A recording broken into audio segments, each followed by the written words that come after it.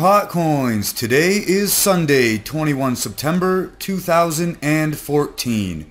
We are currently on block 440266 of the Pot chain. Here's what's been going on this week. Will trim for PotCoin. This is the best campaign on PotFunder so far. Not to downplay the importance of CBD research or Fragile X syndrome, but as far as adoption of PotCoin goes, this is the one.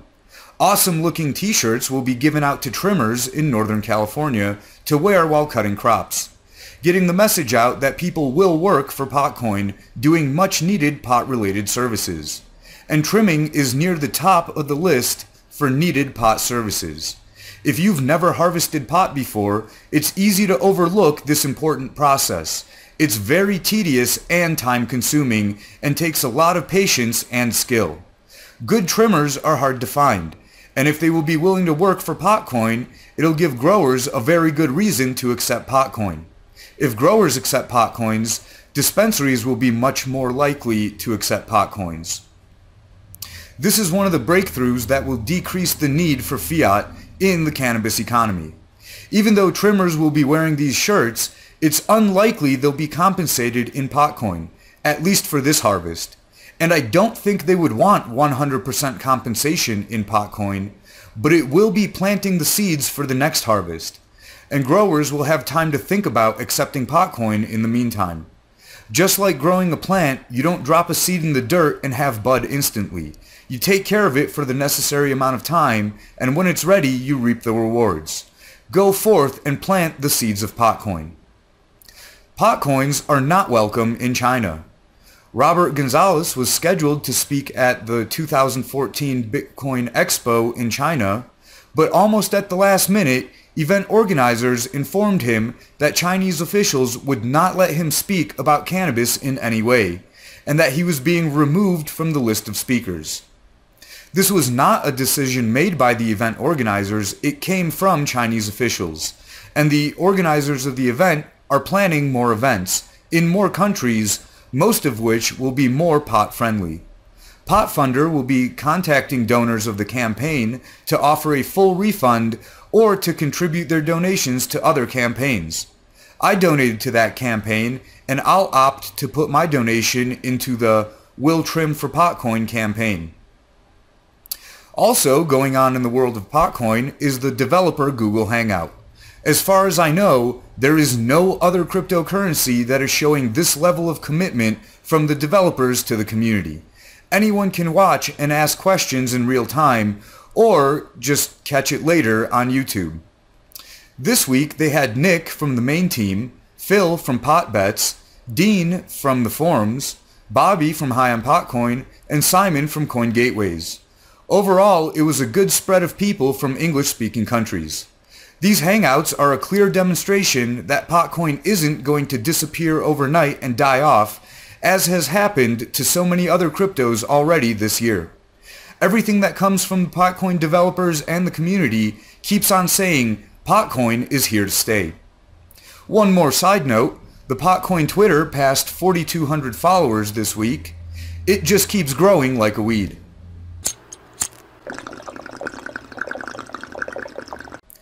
Words are a new controlled substance. Missouri is screwing up more and more.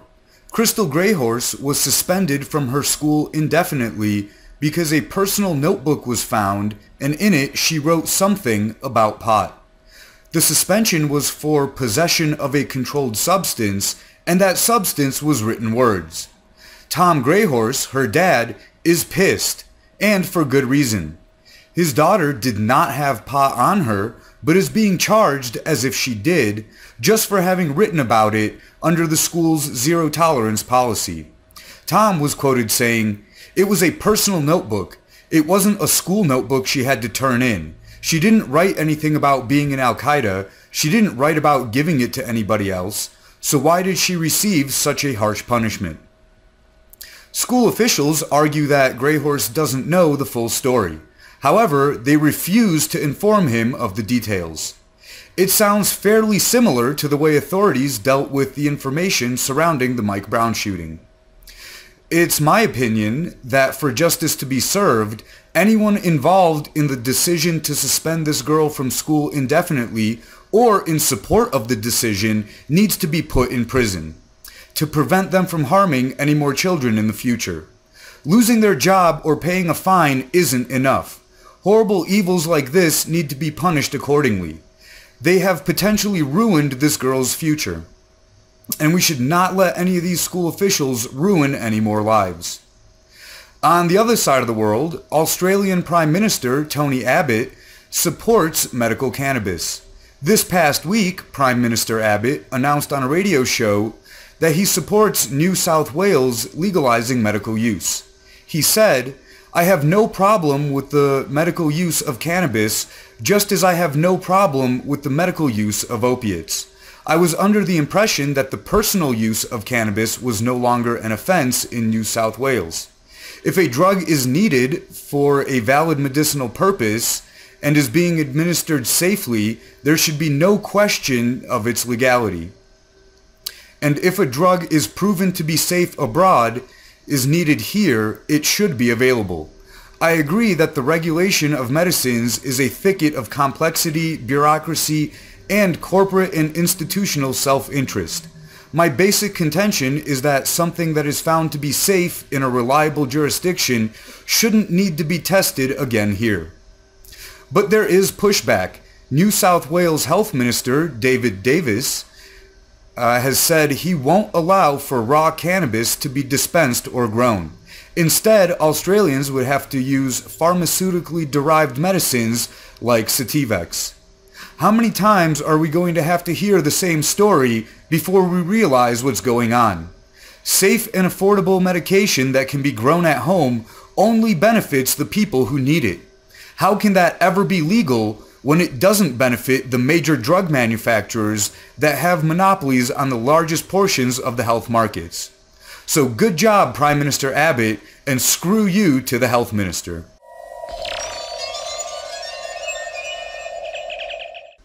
The crypto markets have been more unpredictable than usual lately. Overall, the total market cap for all coins is down to 5.9 billion from 7 billion. Bitcoins are down quite a bit this week, dropping to the low 400s, but DOGE coins are way up, along with Peercoin, Darkcoin, and a few others. Litecoins are fairly stable, only taking a minor dip. PotCoins have remained fairly stable too, bouncing around the 800 Satoshi range. And Cannabis coin seems to have finished its pump period and looks to be entering the dump phase. Cannabis coin has been playing leapfrog with PotCoin, trading places back and forth for the last few weeks. I hope that Cannabis coin can survive. I think there is room in the cannabis industry for more than one crypto, and having more than one promotes competition and speeds innovation and adoption. But they may suffer the same fate as Hempcoin, Cannacoin, and Dopecoin, all of which seem to have lost support from their respective communities and developers. This might be a good time to buy up some cheap cryptos, or it might be your last chance to cash out into fiat before the floor falls out completely. I'm continuing to hold my Bitcoins, Litecoins, and PotCoins for now, and I took this opportunity to dump my Peercoins for Bitcoin and trade those for more PotCoin. I'm not recommending anyone do anything that I've done.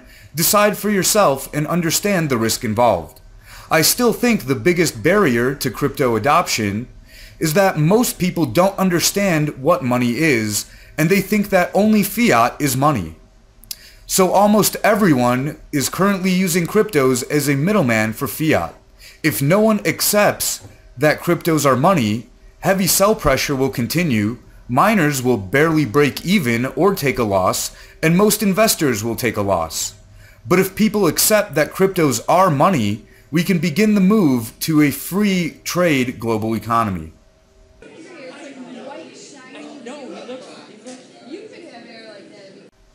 This week's Business of the Week is PotBets.com, spelled with a Z. PotBets launched about 2 weeks ago, and I finally got around to checking it out. The site is super simple. I registered and deposited a few PotCoins, and then I placed a bet on a UFC fight. Again, it was all super simple. The minimum bet is 100 pot, which is right around 35 cents. So even if you lose, you don't have to lose much. Their main thing is soccer, otherwise known as non-American football, and they have UFC too. It would be nice to see them expand to more sports like American football or including Olympic events, but they have plenty of time till the next Olympics. The original Reddit post reported that NFL, NBA, NASCAR, and tennis will be coming soon. Go check out PotBets.com if you haven't already. Gamble a few PotCoins and have more fun watching soccer or UFC knowing that you have a few PotCoins riding on it. That's it for this edition of Mad PotCoins. Smoke 'em if you got 'em.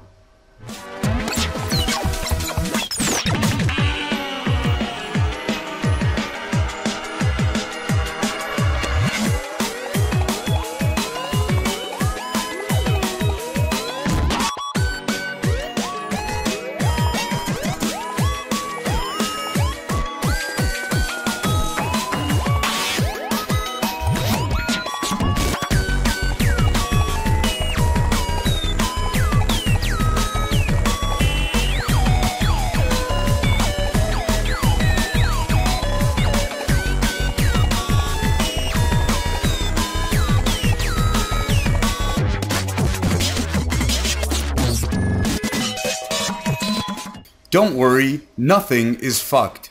Check out the Bit Lebowski from Mad Bitcoins for more info. No, man. Nothing is fucked here. Nothing is fucked?